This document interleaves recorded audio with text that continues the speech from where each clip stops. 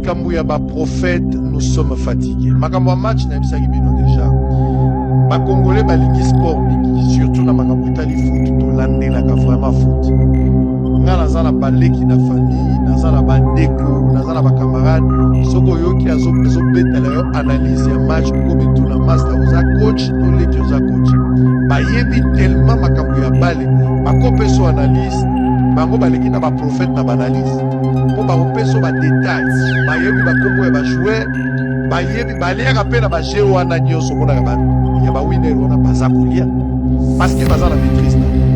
Lelo pour pronostiquer sur le match, vous avez obligé à vous la prophète, vous avez obligé à vous la pasteur.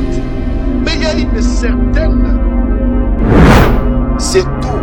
Comme je l'ai toujours dit, combien parmi vous, le petit garçon, se sont déjà glissés par-dessus une clôture en bois pour regarder les matchs?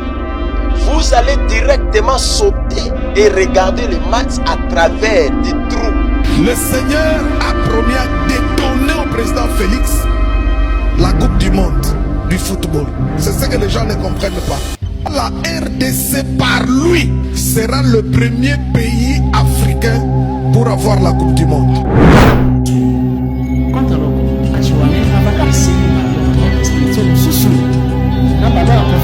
C'est le mouvement. Avatar. Parce que le Seigneur va se concentrer aussi à leur répondre à ma prière. Parce que foot c'est ça. Vous avez dit la piste au Wendis. Wendis c'est ça. Colombie. Ako Tsamiso Bialimuso. Le anglais. Il y a trois tiers. Vous êtes vigilant. Soutenez la chose qui n'est pas la parole et vous vous soutenez. Mais frère Branham condamne ça. Regarder les maths, c'est un péché. Frère Branham dit encore, dans le brochure, comment l'ange est venu à moi. Paragraphe 51. Eh bien, ici, je ne vois pas l'image complète.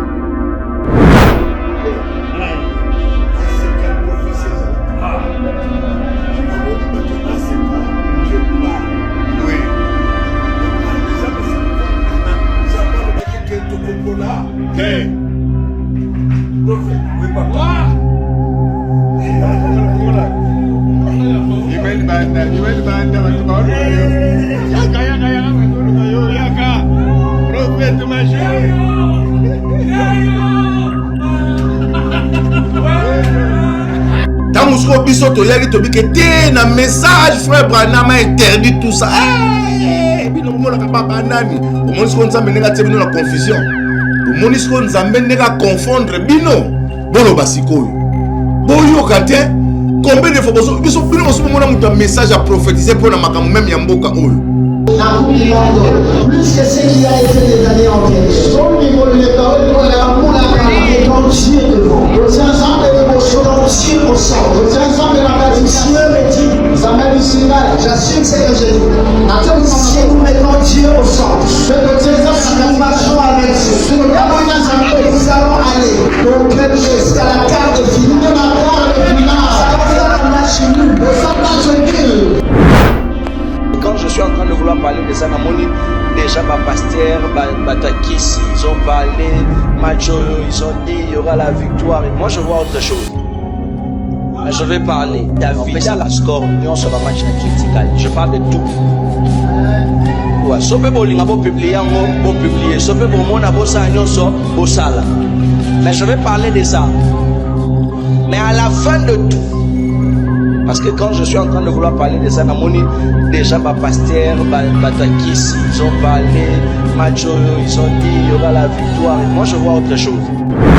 On ne peut s'élever ici et là le droit de juger les prophètes qui annoncent les choses sur les scores. Non, pourquoi les prophètes prophétiser pour la fin de la guerre, prophétiser pour la repentance? Tu n'es pas Dieu. Dieu est Dieu, il n'a pas besoin d'un avocat pour le défendre devant le tribunal des hommes. Il fait ce qu'il veut, quand il veut, comme il veut. Donc ici, j'aimerais encourager les gens qui prophétisent à prophétiser encore sur le score. Ceux qui n'ont rien à dire, à se taire et à glorifier Dieu pour la grâce que Dieu a fait aux autres. Amen, amen. Amen, amen. fa bongo la motema. Alors nazo benga na tous les pasteurs bongo la motema parce que bofinga ki message à frère Branham. Tant que pasteur dit au calme que biso total la TVT batombo ki nini yango bola que sebino boza banani nini yango bosimba ka téléphone. Bato basolo ka kotala teke Papa Luka va expliquer le but ya likambo pe réalité likambo te bato ka bana ba critique. Tant ba ko ba frère Branham ba ma papa le bato tala nini yango ye Branham de nani bona bazola que nini tout ça.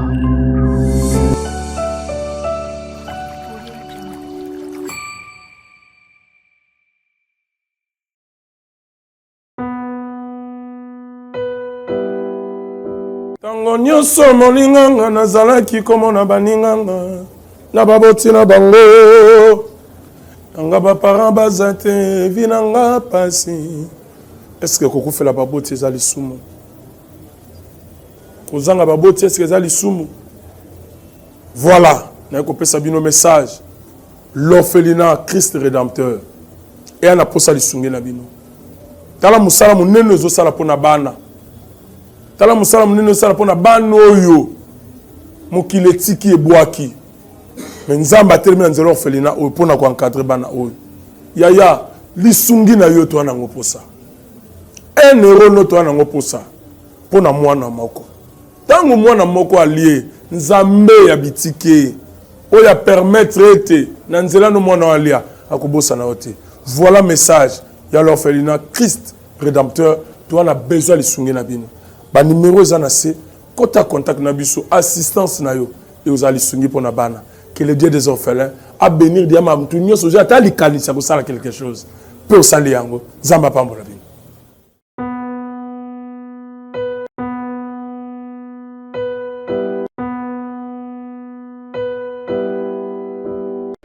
Merci Balania Nouvelle Tendance, merci encore une fois chez vous, dans vos maisons, Épiscopo Yamborandiki, ta rendez-vous na kitata, les grands wazalendo du message. Nakanisi Boza et Belé, na bandako ya kosepela nege bomoni, votre bien-aimé, les wazalendo du message, na émission Kitoko Oyo, to intitilango, to bengangonini, les léopards, ou bien to bengangonini. Alors, émission Oyo na sali yango par rapport à appel parce que il faut que le barango biso to koma ko ba pression to koma ko ba appel parce que batu basi batali balandeli biso malamba monique toujours tambola na lignée ya connaissance vraiment Oyo ezali ko sunga peuple de Dieu ba église ezo sunga vraiment batu belé. C'est pourquoi batu ba pesi biso mo confiance wana soki likambo ezali ba ko benga biso ba ko tuna biso eloko nini bato bakoko sala to pe connaissance ya likamwana eliko laksanini nazoli appel ya bande kona biso ya message babenga kinga mwa mingi oh bien aimé tinela biso citation tonte ba citation nini o eza koloba pena ke ezo pekisa makamba bale parce que to mona makamba message comme compliqué bato ba église mususu bana ba liberté belé mais comme biso na message to sala boyete to simba boyete bikila lokola ndako nganga. Alors, tonto yeba vraiment, est-ce que frère Branham a pekisaki bale ou bien pekisaki te?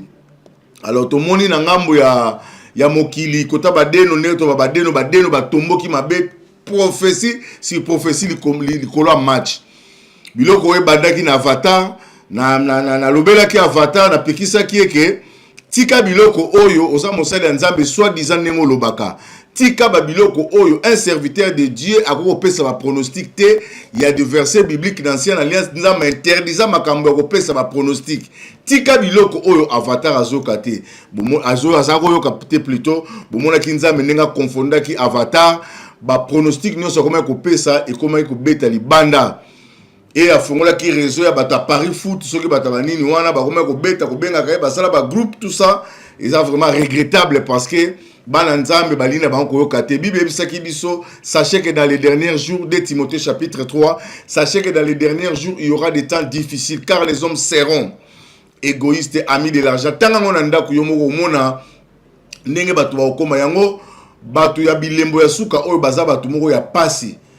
Tosoko loba yango même sur le plan la vie à biso social o tozo mona ke même na ba école biso to tanga ki tozo ko mona ke ba classe biso tanga kana na ba 79 ba 80 ba suka ka to ba 90 o penza makamu nyonso penza e ko beba o mona ke batu ba éducation te o tambo na nzela ozo mona batu sans manière ozo tala bofumo ko mona makambo e batu mususu bazo croire na l'état kem sous l'état ko rétablir makambo makambo ba salité na nzela makambo belé ba hygiène ya nini tout ça nyonso oyo ezali base ya verset oyo alobaki na biso sachez que dans les derniers jours il y aura des temps difficiles car les hommes seront batu bako koma boye lokoso ya mbongo bako koma ba rebelle à leurs parents bako koma boye bako koma do biloko nyonso bali bako koma alors soko kutani en face ya mutu moko aza ko répondre ba critères oyo yebaka za mutu bilemba tanga suka. Alors apôtre Paul a ebisaki biso na suka ya makambo alobi sépare-toi de ces hommes là kabwana na bango moto malamu atambolaka na moto mabete soki ozwi lilala moko ya kopola otiango na kati ya malala malamu ekobebisa malala nyonso malamu pamba te ye aza deja ya kobeba akobebisa ba malala mususu wana yango tolobaka dis-moi qui tu fréquentes je te dirai qui tu es otambolaka na nani ozaka na nani conseil ni bapesaka yo est-ce que ozala bwani ozala mayele ozala bososoli oza kosala lecture ya mokili oyo lolenge ezali kopusana alors débat ekomi makambo église ese bebi nango déjà badeno babebisi église donc réputation église ezali 0 et parole oyo bango mo badefendaki na bamoment oyo elekaki lelo bango nyonso babwaki yango na mabele tomoni baprophétie tous les pasteurs presque dans l'église na donc tout bas scandale bas scandale au kuna bazoko ça ba tefe na église au kuna bazako prophétiser au kuna bazako loba boy donc ba tout cas ba pasteur à léopard ba bimi ba prophète à léopard ba ndiko prophétiser boy na boy alors to meka ki un peu kozo à moi ba vidéo moi ndambuka ka to meka kotali sabino ezaki ndenge nini tout est comme on a match où il y a Corée betaki na RDC apolaki mais avant yango ba prophète ba loba ki boko yeba ke biso tozana nzambe tolanda ainsi de l'Éternel. Alors la Bible nous dit que ceux qui prophètent a pesi prophétie ne simbite za le côté za satana fa bongo la motema. Alors nazo benga na tous les pasteurs bongo la motema parce que bo finga ki message à frère Branham tant que pasteur dit au kalba ke biso totala ka TVT ba tombo ki nini yango bo la sebino bo za manani nini yango bo simba ka téléphone bato bazoluka kotala te ke baluka ba expliquer bango le but ya likambo pe réalité likambo te bato ka bana ba critique tango ba yeko ba pe frère Branham ba gima ba bato batala ba nini yango ye Branham nde nani bona bazolaka sa nini tout ça mais tozobosa na ke makambo yo eza biblique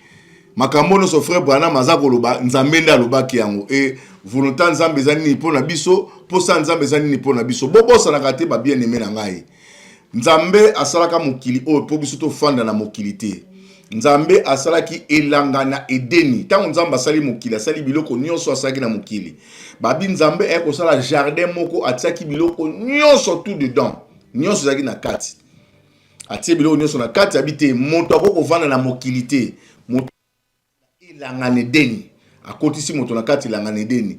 Moto abima libanda elanga pona bozangi botosi na ye moko. Nda abima libanda ya Edeni.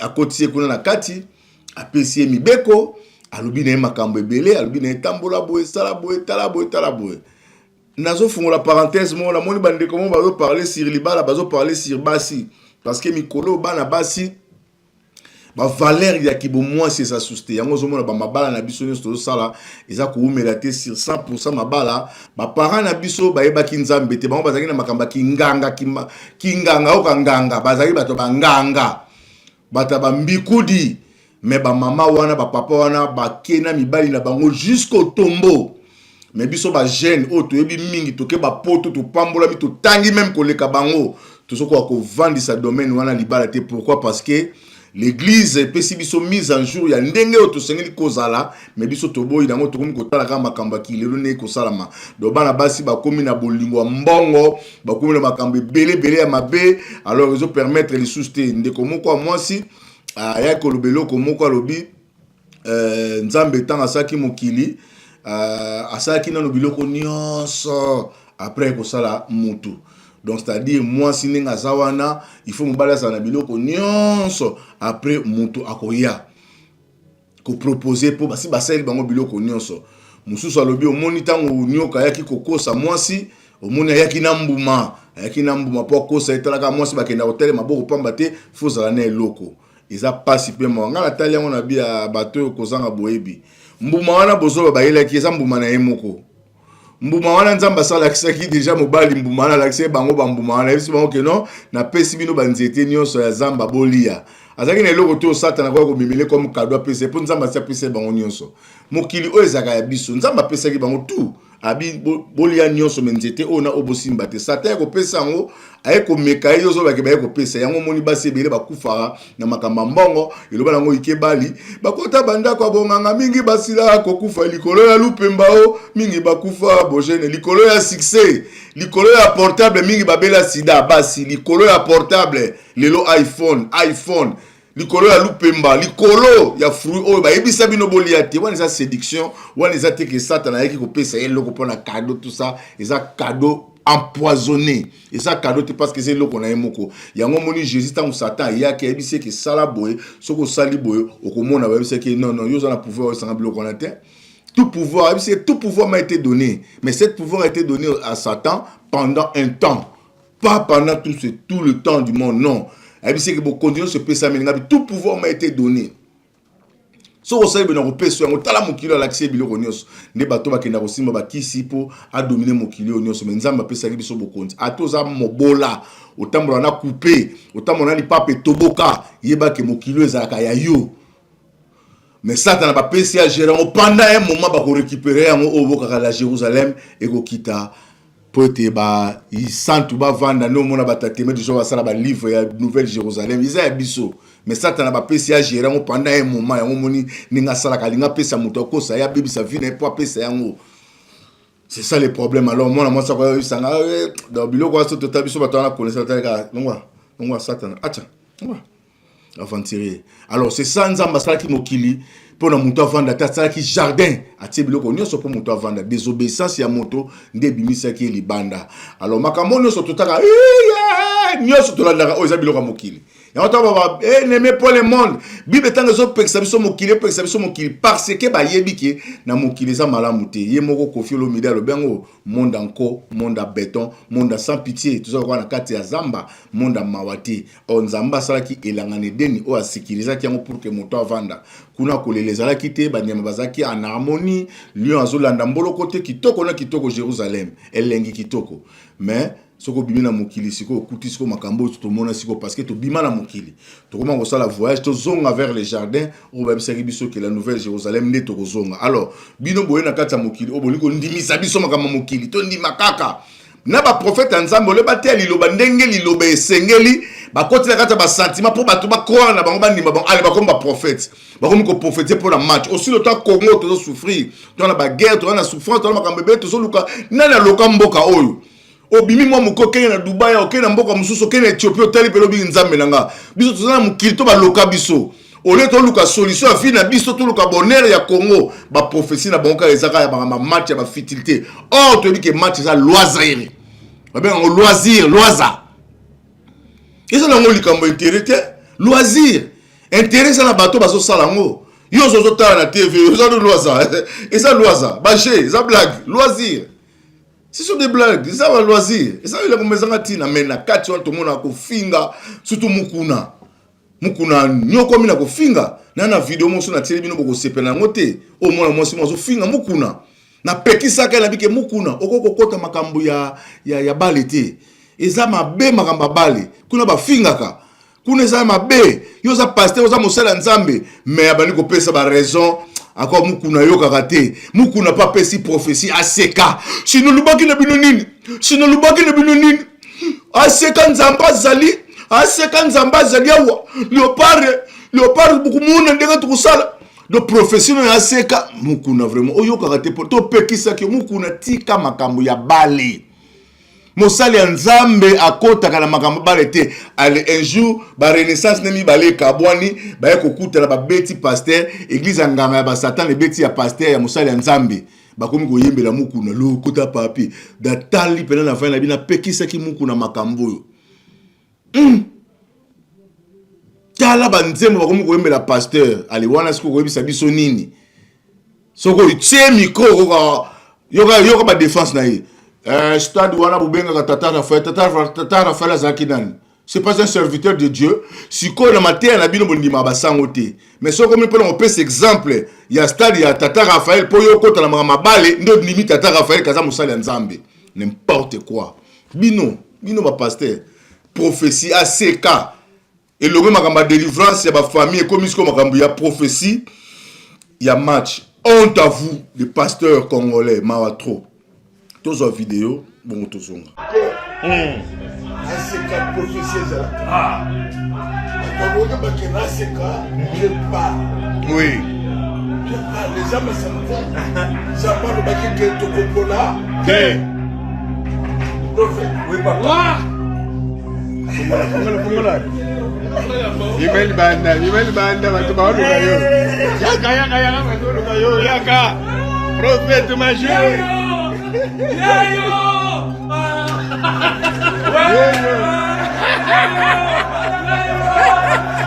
Parce que tu reçois échec dans le match à Colombie. Mais alors, on a un service à renseignement. Quand il y a leur Bible, il y a leur prophète.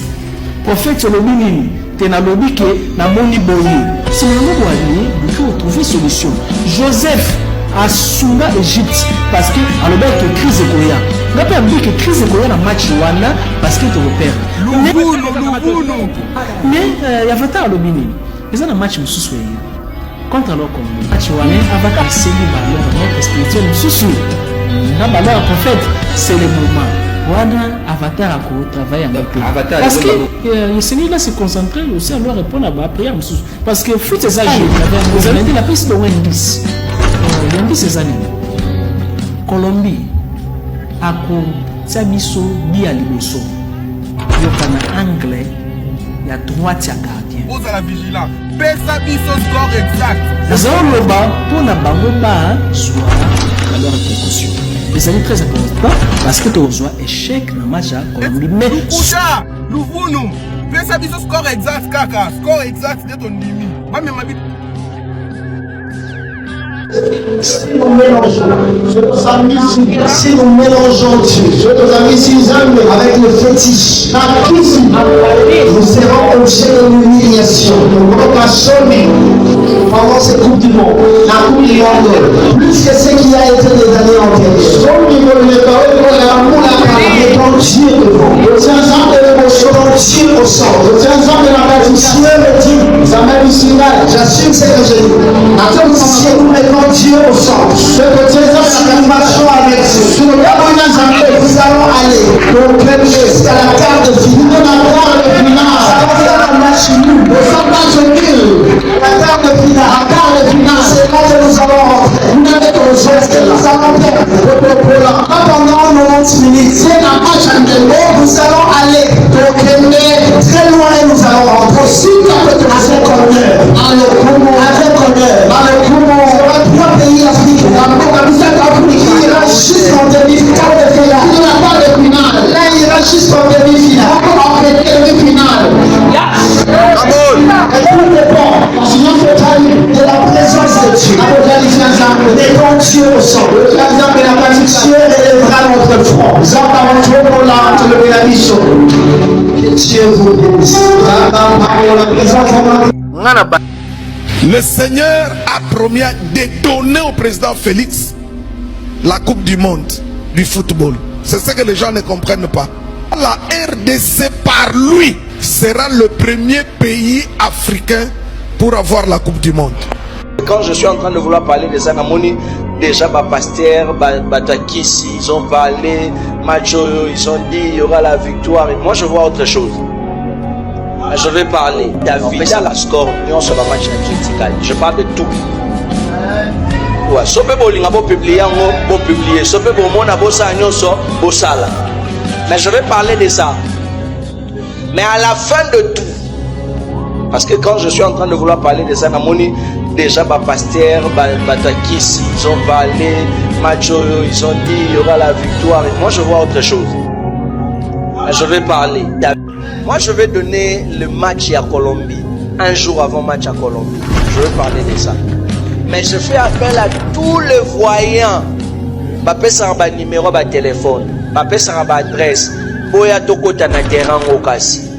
Comme ça, bino bomona kaya solo boza ba analyse et biso ça ba analyse tout ça là non analyse ensemble. Personne ne peut se lever ici et n'a le droit de juger les prophètes qui annoncent les choses sur les scores. Non, pourquoi les prophètes prophétiser pour la fin de la guerre, prophétiser pour la repentance? Tu n'es pas Dieu. Dieu est Dieu. Il n'a pas besoin d'un avocat pour le défendre devant le tribunal des hommes. Il fait ce qu'il veut, quand il veut, comme il veut. Donc ici, j'aimerais encourager les gens qui prophétisent à prophétiser encore sur les scores. Ceux qui n'ont rien à dire, à se taire et à glorifier Dieu pour la grâce que Dieu a fait aux autres. Amen, amen. Amen, amen. Likambu ya ba prophète, nous sommes fatigués. Makambo ya match na bisaki bino déjà. Ba Congolais balingi sport mingi, surtout na makambo etali foot to landelaka vraiment foot. Nga naza na baleki na famille, naza na bandeko, naza na ba camarade, soko yoki azobetala yo analyse ya match okomi tu na master oza coach to leki oza coach. Ba yebi tellement makambo ya bale, ba kopeso analyse, bango baleki na ba prophète na ba analyse. Po ba kopeso ba détail. Bayebi ba kombo ya ba joueur bayebi baliaka pe na ba jeu wana nyonso mona ya ba winner wana baza kolia parce que baza na maîtrise na lelo pour pronostiquer sur match oza obligé à la prophète te oza obligé à la pasteur te mais il y a une certaine na éviter ceux qui na kolobelango na éviter na bengango bonyama komikitisa ignorance, je sais pas, nazozanga bakombo, nazana moi maloba ya mabe ya replacer na makambo wana. Mesdames et messieurs, église oyo bato balongwe na ndako batiki nyonso oyo bakoki kozala na le but oyo toyaka na église bazoyambisa biso Yesu Kristo mpona nini balobi yenda akomi mokonzi mpe mobikisi mpona biso batondimi église de réveil tondimi liloba bato a message ou quoi que ce soit tondimi tolobi ke tondimi liloba lokola tondimi liloba ezali poto zo bomo ya seko ndenge yemo kwa lobi chercher premièrement le royaume et la justice et le reste vous sera donné par Dieu ezo koma ndenge nini muta sokoli ya église pasteur azozo ba disposition pour que les jours ya match à contenir ou à maintenir bandimine na kati église bandimi balanda match na kati église église oyo ezali lieu sacré église oyo ezali temple est-ce que bato bayebaka valeur ya batemple est-ce que okoki kokende na mosquée ya bamusulman yo mona bamusulman batie tv ya monene mpo bato balanda match na kati yo kokende ata epai ya bato ya bascience occulte oyo bato nio même ata pa baate est-ce que vous écoutez d'abord batie TV est-ce que kimbangista koko tia TV na kati pour que bato bakota na temple ya papa Simo Kimbao bakende kolanda match qu'est-ce qu'on n'a pas encore vu avec ces églises de réveil qu'on appelle des binzambinzabi nous sommes fatigués bolakisi biso nyonso eloko etikali boyebisa biso komela masanga libanda église eza mabe mais soko meliango na biso ya pasteur ekozala nango autorisé kosala kindumba soki pasteur azate eza mabe mais soki frère église to pasteur azolia eza malamu nous sommes fatigués mouvement yango euti wapi ya kovanda vous invitez les gens pasteur azosala communiqué alobi te lobi match ezali mais ezalaka jour ya culte nakobanda culte avant tosilisa 17h30 match eza na 18h leta ke babongisa bakiti batia tv ya monene écran géant tokolia moi ba grillade kozala tokolia pe moi ba popcorn bato babeti maboko abi kozala na dadi ezabi omoni nde dadi s'occuper na bi et vous le faites dans une église pasteur vous êtes devenu de fous. Merci beaucoup nakanisi bolandi vidéo bolandi Israël Mutombo nenga lobby eza pasi soni pe mawana ba pasteur ya mboka oyo tango sko biso to yaki to bike te na message frère Branham a interdit tout ça bino bomona ka baba nani o monisko nzambe nenga tebino na confusion bo monisko nzambe nenga confondre bino bolo basikoyo boyo kate combien de fois biso bino boso mona muta message à prophétiser pour na makambo même ya mboka oyo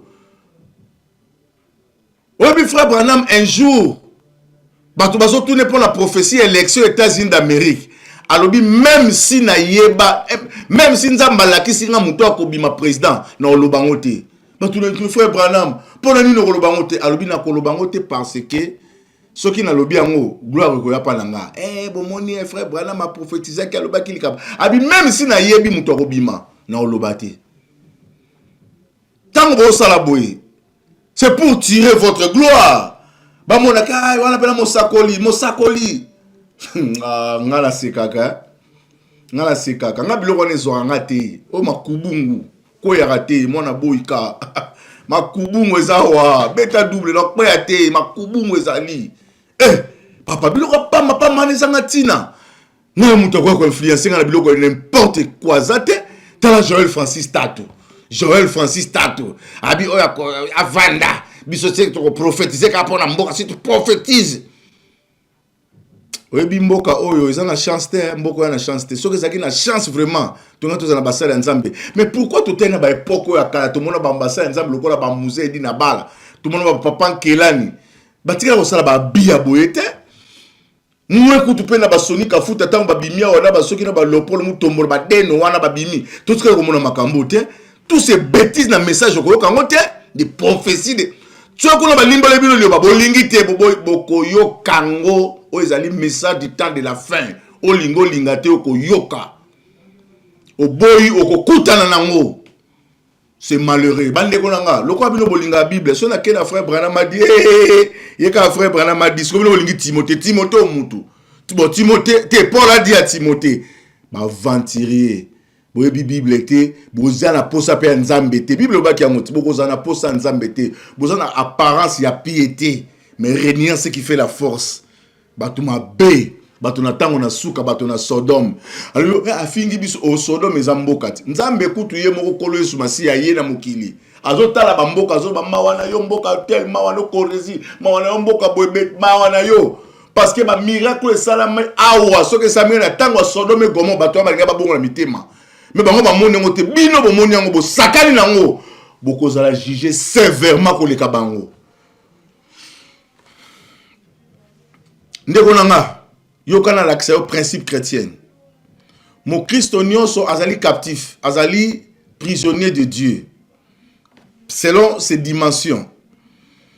Awa apôtre Paul a dit à Timothée parce que bolingate frère Branham a dit bolingande Timothée, apôtre Paul a dit à Timothée n'est bien, c'est ça la Bible. Apôtre Paul a dit nzambe, azali mutute azali nzambe. Batuma B. Bonjour la banda kuna bino 2 Timothée chapitre 2, to bani na verset 1. Na sala moi parcours moi muke a na meka ko expliquer yo. La Bible nous dit donc toi donc mon enfant, awa apôtre Paul aso benga Timothée son enfant. Awa soki ba bi enfant e bani ba interprétation e bani ba problème e bani ba makambo be enfant. Nenge boy ka benga enfant. Mon enfant ba tu ba sali ba polémique ba zolo ba oh mandi nenge nini yo yo tata mukolo na mandefu na suki pe bazo bengo enfant mon enfant. Tala moi j'aime cet homme de l'Iforodicée le boy ka di message. Makubungu. Now continue verso. Régi peut ça na lo ballon mon enfant na le loko ale salenge c'est mon makasi yo. L'Iforodicée la boaka yo. Et badi ndenge nini yo. Ayebi yo. L'Iforodicée ndenzambe atabi yo. Awa apôtre Paul dans Timothée Bible batu, bazaki batu, bavandaka, na Bethlem ya Judea, baza batu. Alisiko to ini yango to sepeli nango. Ngasko na lokola apôtre ngazo lokola l'Iforodicée na lokola Timothée, ngasko na lokola apôtre Paul. Ce bako koma Bible bako bandila Bible ngape koma na ngeko kota la Biblia parce que le boy ka di message atanga kingai. L'Iforodicée l'homme de Dieu apôtre du 7e sceau Makubungu kwa fuaku le ressuscité immortel. Yokana kende. La mystique. La Mon enfant ici, un grand protestant il était. Quand il entendait je parlais, j'aime Branham plus que Jésus. Il est venu m'attaquer. Papa, mais ça c'est quoi? Il faut que... Je lui ai parlé. Après, je lui ai dit, viens à Lubumbashi, on va rester ensemble. Tu sais qu'à la fin, lui-même, il a dit, divinité, il est là.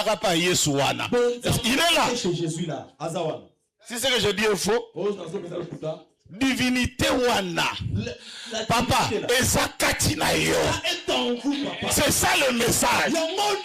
Merci beaucoup. C'est le boy qui a dit message. Naotanga nationga posa le lengo mona ke enfant oza na Bible pourquoi ça bango bata message balika brancher balingi Bible te non. Apôtre Paul awazo bisa Timothée, toi donc comme mon enfant, fortifie-toi dans la grâce qui est en Jésus-Christ. Et ce que tu as entendu de moi en présence de beaucoup de témoins, confie-les à des hommes fidèles qui soient capables de l'enseigner aussi à d'autres. Makamanzabe appelle ça ben sensé te. Azo bisa Timothée. Oh non, na présence, il y a beaucoup de témoins bazalaki. Confier les pesa yango et pas ya bateau bazali fidèle. Oh bazala capable aussi à kotangisa na bateau mosusu. Alors souffre avec moi comme un bon soldat de Jésus-Christ. Souffre avec moi comme un bon soldat de Jésus-Christ. Oyebi bien. Na tango ya Josué, tango telemi azoko luka nenge nini bakokwesa mboka. Oh falaki bakota. Abiba abia moni moto moko atunie. Est-il de notre ou de nos ennemis? Abise, je suis le chef de l'armée de l'Éternel. Yango bomona soni ka futa pese église ne kombo armée de l'Éternel. Ba dénominationnel ba deno yangwana. Armée de l'Éternel. Moi eska zo biloko ngabendango awa. Abiki je suis le chef de l'armée de l'Éternel. Donc nzamba tininga pona pese esko ordre makamni ko sala ma pubo kwisa mboka wana. Bitumana so bundaka, mpartia molili zalaka, partia bonzambe zalaka. Au moni que Josué était un combattant, mais azako luka luka nengeni makambo ko pesama ataka bubatini le chef de l'armée de l'Éternel. Yango awa Timothée, apôtre Paul a Timothée souffre avec moi. Ba soda ba nyo kwa makabiso ba wazalendo, to nyo kwa makaboy ba waza. Souffrance. Mo Christ nyo so ningo zawana yeba ko za soldat. Et to kita sko na tango na kofungola makambo to kita pona biso ke soldat makambo so asala ngoti. Yo sala bisala sala oza mutabi dobela mutabu zoba oza batoza soldat. Azo sa mwani souffre avec moi. Nyoko manangai comme un bon soldat de Jésus, ba soldat Yesu. Yango mona armée disali ko na ba colonel. Donc on va le vote tanga o za ba tusu ba comprendre ngoma be. Ai ba komisa ngo armée o ke kuno mona général Masamba. Alors tu peux continuer na tendi pena au colonel mami ya armée disali sikoyo. Biso be la mission na la scout ça be la grade la biso chef tigre. Biso scout ça ba totem ba niama parce que to landaki Baden Power. To kota la fondation scoutisme tout ça qui ba to Baden Power. Il y avait aussi des Louveteaux. Ah, Nzambe koye beza kitoko mingi. Souffre avec moi comme un bon soldat de Jésus-Christ. Il n'est pas des soldats qui s'embarrassent des affaires de la vie s'il veut plaire à celui qui l'a enrôlé. Et ça, la soldat mon côté, oya koluka kokota na makamba mokili oyo, kolanda biloko mokili oyo, pour se penser moto a bengi la ki soldat. Landa, on s'appelle militaire, on s'appelle mater, on landa bien. Awa, ntomande azoloba. Il n'est pas des soldats qui s'embarrassent des affaires de la vie s'il veut plaire à celui qui l'a enrôlé. Yoka, un athlète n'est pas couronné s'il n'a pas combattu suivant les règles. Un athlète, c'est pas toi qui m'a rambango. Bazwa kan keni tope coupe tope libonza ya musala wana te soki akimi lo lengo esengeli bakima te. Un athlète tanga kimaka akoko pe mate akoko so mai mutu mo apesi mai na nzela ta mela basana balwa na bango oyo bapesa bango avant bakima mbango akoyamba pelte yango babi athlète akoza la couronne te soka kimi selon les normes te ndenge totambola na muki o tokimaka mbango yango moni ba niveau oyo ya bate ya boye papa poko mango za passe osoma ndenge zo défila zo bimisa makambo nzambe na ba contexte azo zo ba exemple ya mokili po pesa biso yango bino bolo baka foot o za sport mena alobi ki athlète azo exemple athlète pour l'attirer et loko mo pa pesa biso alingaka zo récompense na suka bi ma première bi ma deuxième bi ma troisième mais ce qui a kimi selon les normes était ba ko disqualifier ye awuti na kisoda alongwa na kisoda ayesko na bato ba kimaka mbango ba courir wana il faut que le laboureur a continué à domaine à bilanga il faut que les laboureurs travaillent avant de recueillir les fruits. Moto asala kaelanga. Et c'est une asana nous bilanga avant buka mbuma. Ezate oloni na nuté maman baliko zo basaka ngube baliko non. Il faut essayer na yo olona na nguba osala sarclage osali labour osali makambo nyonso osilisi après nguba baliko bota bambula tita on se après mbuma epesami okoko bimisa nguba na yo mais jamais okoko sala nanu lonité yo ko senga li futi ba futa yo. Alobi comprends ce que je dis car le Seigneur te donnera l'intelligence en toutes choses. Nzambe na pesa kamaele. Comprends. Makambe bele bato baso comprendre parce que ils n'ont pas le Saint-Esprit.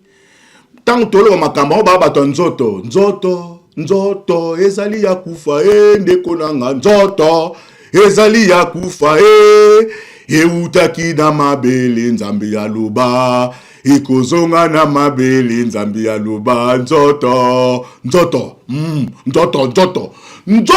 yo ekoki ko comprendre makambo te soki nzamba sosoli yote.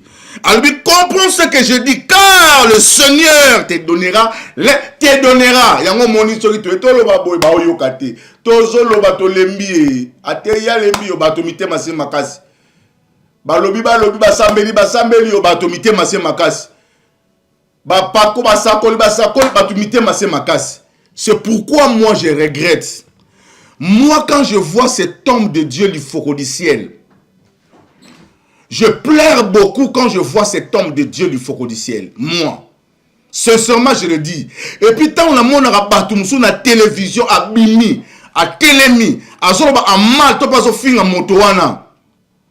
N'appelle la Zalaki na Lingomba wana. Mais na Bima, na Banzambe, Limbi Sanga, na Ebakate, Moto a kusali Sanga na vie, ye yo papa nanga, oyo pesaki ngai. Mon frère, je te dis aujourd'hui, on tourne l'émission Oyo. Sors dans ces choses. Si tu as un message, compromis Oyo. Bato onzamba pesi biso, ce sont des monuments Oyo. Mukolo ba kozala kate to kubana ko lelaka tango nyonso. Israël elo lelaka Moïse, ba lelaka Eli. Tu mbaka nzemboti. Oh nakokende, anakokende na lola. Tokutana amasi amabikisi lokolelia. Okolelia kendeki nakokende nangana lola. Sotoka lokolelia lelo bonimi elia kendeki ndeni nama wazokima Jezabel. Tala ba Jezabel lelo bazokimisa basali ya Nzambe. Surtout mwana mwaso na benga ka meje 30. Mikolo nyonso kwa na TV ko finga ka basali ya Nzambe. Tala sori ya Jezabel nenga sukaki. Elia kime pa Nzamba binzambe na kokate bazolanda ngai. Ko finga nga mikolo nyonso ko loba n'importe quoi na sali lokote. Na okokosa su musala ote nzamba beko mata okende na o récupérer ozo kende mais kene ko wendre lisé avant mata kene ko wendre mututel avant mata Elia kima na désert azo lela abina tikalinga mbonzamba bité réserve zali musala nini yo sala kayo. Moi cet homme de Dieu papa ayembi nzembo ya sur le chemin de la vie. Avant, je ne comprenais pas cette chanson. En tout cas, parce que c'est qui moi difficile, mais on a coûté la onction parce que on a la théologie. Le professeur l'onction, ça se communique. Mais au fur et à mesure, on a cours, non comme on a professeur. C'est moi on a comme Doudou Keita, ceux qui sont yo rabbin. Non, bimi sa connaissance aux Ozali Boma. Et moi, on a comme Olivier Bobois. Et moi, on a comme Jean-Robert Lufuma. Bah, professeur Bataille Babité, moi, non, c'est compliqué, Joe, non, tu comprends, et moi, on minimiser, mais moi, c'est diable, moi, non. Bah, ben, un rabbin. Nous avons comprendre, mais faire qu'on vende, moi, mon quelqu'un n'a mouton. On se continue à maman, na fongomi na comment comprendre sur le chemin de l'eau na moni bato bazo critiquer Branham. Le bato bazo finga Branham, bato Branham a lié si bato Branham a latisi, bato Branham a pesivi. Okoloba Branham, oui. Pourquoi? Parce que le message to soit et ça quoi na ba pasteur na yo. Donc yo so ko za mayele mingi tene no tulo ba awa comprendre makambo oyo. Yo zaki mo pagano. Oye bien loko mon côté kotanga na komba Yesu te pour yebi Yesu te. Ezaki na mutu moko un pasteur, un serviteur de Dieu, a moni na nzela bengi yo. Ateyo sango malamu. olimi liloba wana na sima kondima liloba wana okomi kosamba na église na ye abandi koteyo malema na liloba oya Yesu oyo zoluka wana abandi yenda bandi koteyo yango obenge nani papa na ngamo obisenga na zabo c'est mon père yeyo. Est-ce que bon Jésus mayele mukie okindo kito nini mayele mukie c'est ton père aujourd'hui c'est que je suis papa oyo aloko tanga na nzela la bande kotama mais Jésus ndé muta loko à travers cette monsieur si obité yaza loko te yaza mutu pamba Jésus ndé ozenga Jésus mo lo biango à chaque fois au sala bolamu epa ya moto yeba ko sala ngo epa na ngai comment yo koko linga ngai mais moto sakale na mokilo yo lingi eta probi j'aime Dieu oh le Seigneur koko na yot koko na bino yo lebi Seigneur muta ya te yo lo ignorer parce que on a une moi sur le chemin de la vie un homme ramasse une fleur qui parlait oh quel mystère que lui avait dit oh mon ami ne m'abandonnez pas, ne me délaissez pas, oh. Là où tu dors, c'est là où je dormirai. Ne m'abandonnez pas. Si vous comptez sur la vie, toi, mon bien-aimé. Et voilà cet homme sorti de la montagne et oublia l'essentiel. Il a laissé son porte-bonheur, la petite fleur de sa vie. Il faut qu'au du ciel, même si tout le monde t'élève, n'oublie pas l'essentiel. Le faible commencement. Il y a un moment où pasteur il faut qu'au du ciel a respecté ka mutu nyonso, a linga ka mutu nyonso, parce que boss a raté que yépé a outa nulle part. Il y a un pesa ka mutu nyonso chance.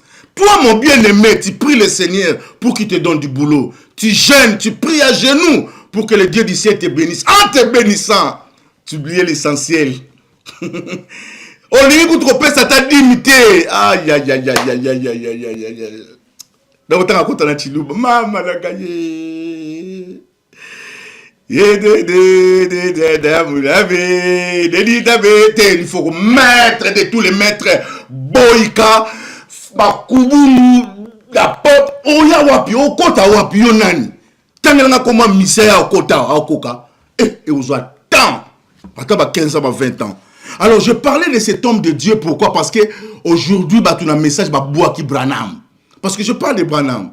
Quand tu as un match, tu as Boaki Branham. Comme une mbongo, comme une nyonso, Babosani fleur.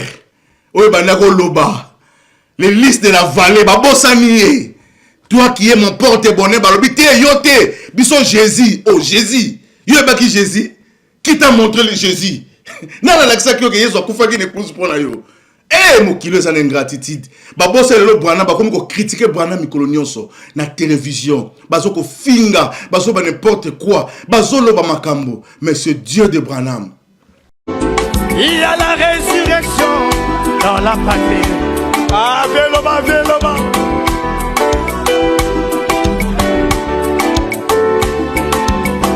Il y a la nuée dans la patrie. Il y a la colonne de feu dans la patrie. Il y a la bénédiction dans la patrie. Nous avons les chantres dans la patrie. Les inspirations dans la patrie. Nous avons la résurrection dans la patrie. Nous avons tout, nous avons tout, nous avons tout, nous avons tout, nous avons tout, nous avons... Alléluia! Oh, vive dans la main. Emmenez-moi, enterrez-moi. Le septième saut, les vrais prophètes, les vrais chrétiens, la vraie parole, la vraie lumière dans la patrie. Dire à cette génération que nous, les chrétiens du message du temps de la fin, on ne suit pas les matchs.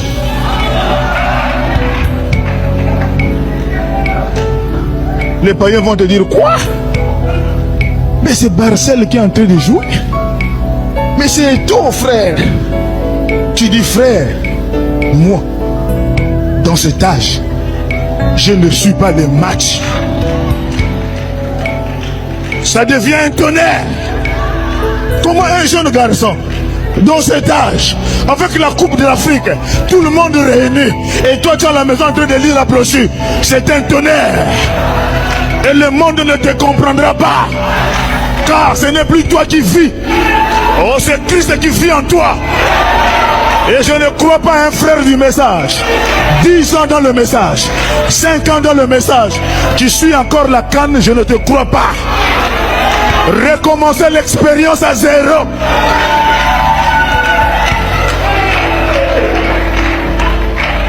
Recommencer l'expérience. Alléluia. Un jour je suis allé voir un frère. Je demande l'enfant, papa yo, papa est en train de suivre le match. Je suis reparti. Je suis reparti. Frère, mais pourquoi vous ne suivez pas le match? J'ai dit, la Bible m'a dit, dans le livre d'Exode 28, verset 42. Alléluia. Quand les enfants d'Israël quittaient l'Égypte pour la terre promise, ils avaient des tuniques, ce que nous appelons les nzambala, les tenues des musulmans. Oh, est-ce que vous êtes là? Ils avaient leurs tuniques. Mais quand Dieu a regardé en dessous des tuniques, le ministère de la Défense n'était pas protégé.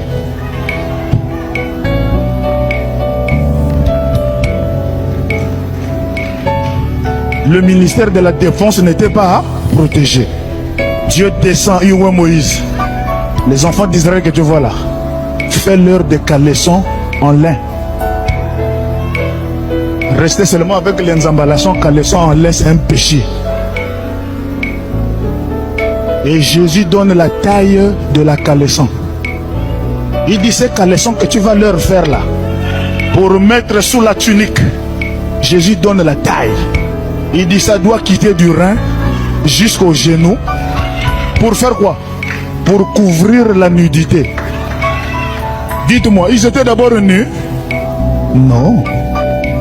Mais Dieu dit, fais-leur de caleçons en lin, qu'ils iront du rein jusqu'aux cuisses pour couvrir la nudité. Donc ce que vous appelez culotte, Dieu appelle ça caleçon. Ça quitte du rein jusqu'aux cuisses. Alors comment toi tu as le Saint-Esprit? 24 personnes dans un terrain, les papas de 40 ans en culotte, mais Dieu les voit en slip, en train de jouer à la canne. C'est la distraction du diable. Oh, j'aime le message. J'aime la parole. La parole délivre. La parole délivre. Et c'est ce que nous croyons. Frère, le Saint-Esprit en toi. Tu suis la canne. Recommencer l'expérience. L'enlèvement tarde à cause de toi. Tu n'es pas n'importe qui. Maman, ici il n'y a plus les amens. Il n'y a plus les amens ici. Il n'y a plus des amens ici. C'est le 7e saut. C'est le 7e saut. Alors tout le monde aux eaux de baptême. Ne vous réjouissez pas d'avoir des vestes. Ne vous réjouissez pas d'avoir la Bible. La Bible c'est une vie. Oh, est-ce que vous êtes là? Et la vie c'est Dieu. Et quand Dieu est dans le cœur, il est le miroir. Il est le filtre d'un homme qui réfléchit.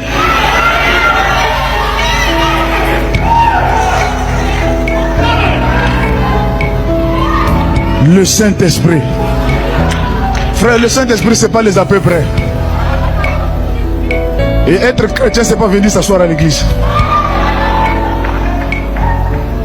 Être chrétien, c'est pas croire au message de Branham. Croire signifie vivre. Jésus a dit, pourquoi m'appelez-vous Seigneur, Seigneur, et ne faites-vous pas ce que je vous dis de faire? Et il ajoute, retirez-vous de moi, ouvrier d'iniquité. Est-ce que vous êtes là? Si je pose seulement la question, frère, la finale est déjà passée.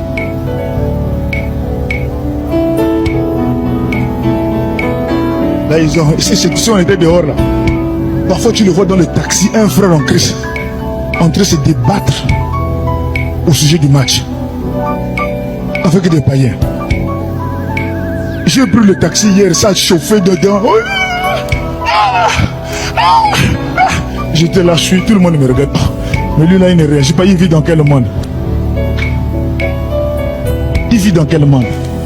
Jésus a dit, je vous ai laissé dans le monde, mais vous n'êtes pas du monde.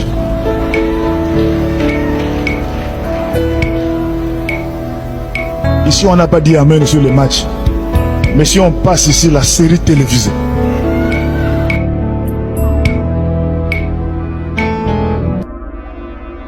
regardez le match aujourd'hui. Est-ce que c'est la parole? Non, ce n'est pas la parole. Frère Branham ne nous autorise pas. Branham condamne ça. D'ailleurs, Frère Branham dit, un vrai croyant ne devrait jamais regarder les matchs. Un chrétien du message. Nous, dans les messages du temps du soir, nous sommes révélés par la parole identifiée de l'air.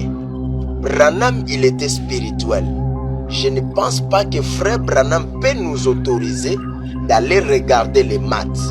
Branham dit c'est un péché pour un croyant de regarder les matchs. Un chrétien, c'est quelqu'un qui se consacre tout le temps, avoir le temps de prier avec le Seigneur, pour que le Seigneur lui donne l'onction de la parole. Frère Branham dit, regardez le match, c'est un péché. Vous qui regardez le match, les frères et sœurs du message, vous pensez que c'est la parole? Non, ce n'est pas la parole. Ce n'est pas la parole, Frère Branham condamne ça. Ce n'est pas la parole. Soutenir notre pays, non pas seulement d'aller regarder le match ensemble avec les païens, non. Même dans la maison, même dans nos chambres aujourd'hui, les chrétiens ne peuvent jamais regarder le match. Celui qui domine là-bas, dans le match là, c'est le diable. Tout ce qui se passe là-bas, c'est le diable qui anime le terrain. Alors, ce genre de ces choses-là, est-ce qu'un croyant peut aller regarder les matchs? Selon vous, est-ce que vous pensez ça c'est normal?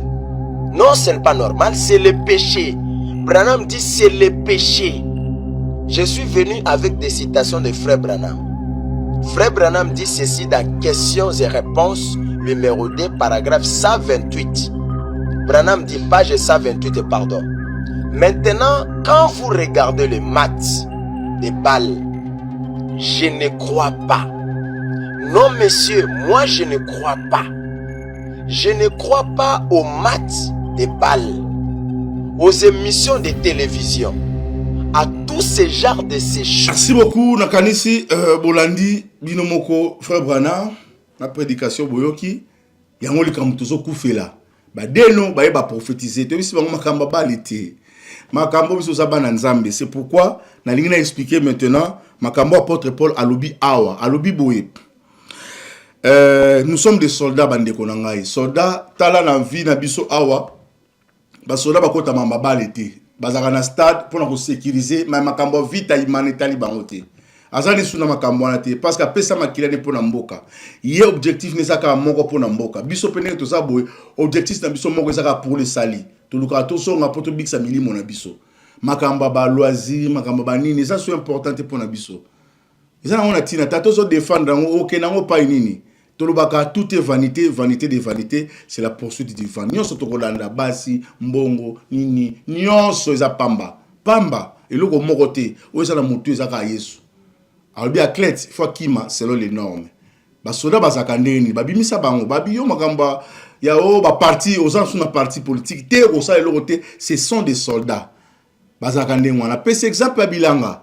Oyo kolona, mais a olingo zo li foot, non, faut sala nanu aprozwa. L'ouvrier mérite son salaire. Moto a sali, a mérita ka ba futaye.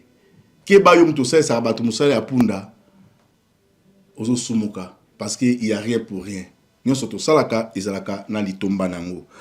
Yango apôtre Paul ayebisi biso makambo oyo oazo yebisa mwana na Timothée tala makambo oyo na enseignant yo yo pe enseigner yango pa ya bato oyo bakozala capable pe ya ko enseigner bato mususu. C'est très important. Est-ce que makambo to landela rango bateo di lelo affermissement l'église ezala susté affermissement parce que l'évangile eza lokola l'évangile eza lokola évangélisation ko affilé. alors tant que l'évangile est et pas à moto et y a qu'à brut et y a pas des fois belé nzamba sa bolingo ba kola soma kambe belé nzambe tout ça en tout cas mon pena kende so yekuna okozona pété même koloko ya o mona ki Abraham nzamba la ki mwana même kola pese mona ole ka coin on dira zo bata mai nzambe alaki mutu mwana okozala papa ya mabota même kola kiti papa pese mwana zo le ka coin alors le kaloko mutu abimi nzambe ta bimi mutu bazo tambo na batu mo ba oke batu misatu batu yo ko ba ke mutu nzambe yo juge nzambe bani nini Abraham asambela ka nzambe azela ka nzambe apambola ye na likolo tata ne ba ka Jésus mais un jour Dieu est descendu sur terre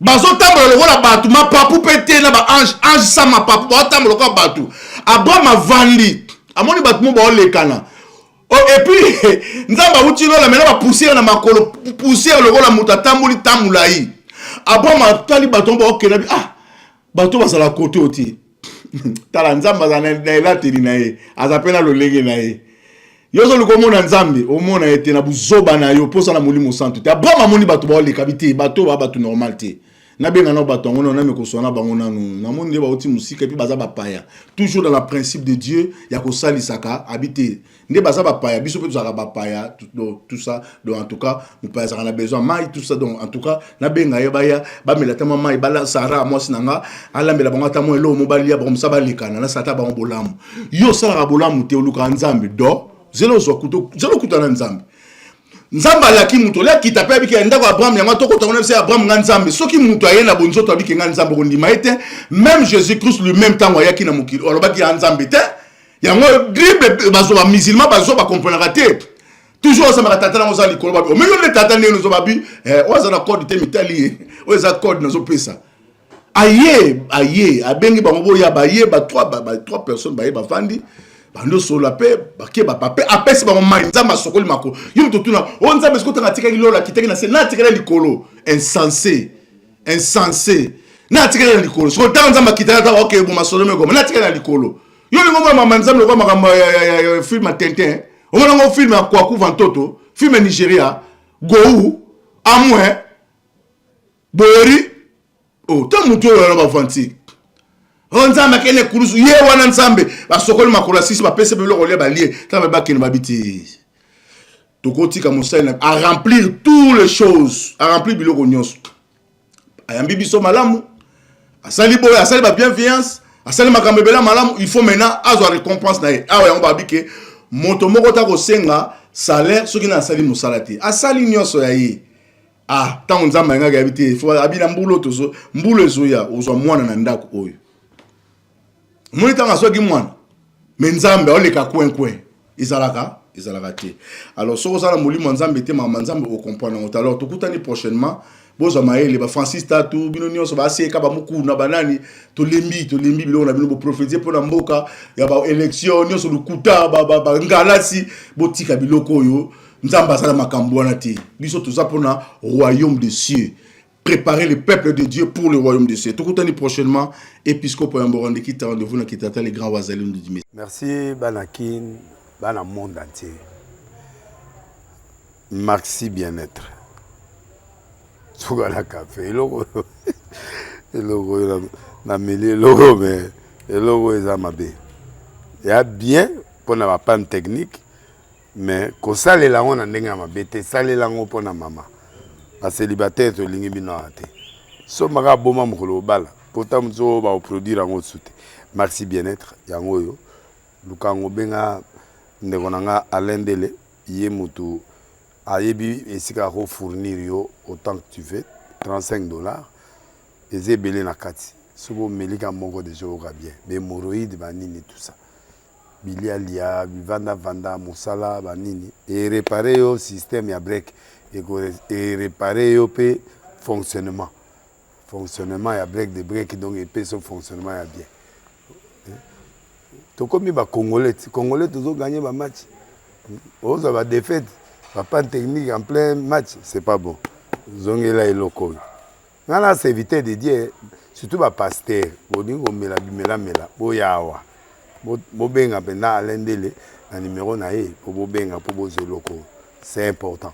traitement poison anti-poison yango yo ne ba mususu omeli yango avant okende obima omela melango ça 2 jours ata batie le loko moi cuire moko c'est bon oyo pe anti-poison donc soko ata eza na kati elongolango alendele mikolo somme nabite mindele yango bapese biloko baudia po biloko yango bendeza ya solo mikolo oyo batiaka poison ato ya famille te atoza problème na mutu te jalousie car donc baproduit yango wana ya anti-poison oyo pe anti-poison donc benga alendele à partir na ye ayebi ndeni oya ozwa yango nzambe na nga pambola bino mibatela mboka ekomi bien te bato bakomi na jalousie oyo tozokomprendre desu te bana mike bazokufa mikolo bazokufa baotia na bana bebe bapoison donc toujours zala na ntina yo ndenge nga na ndako c'est bon que Dieu vous bénisse.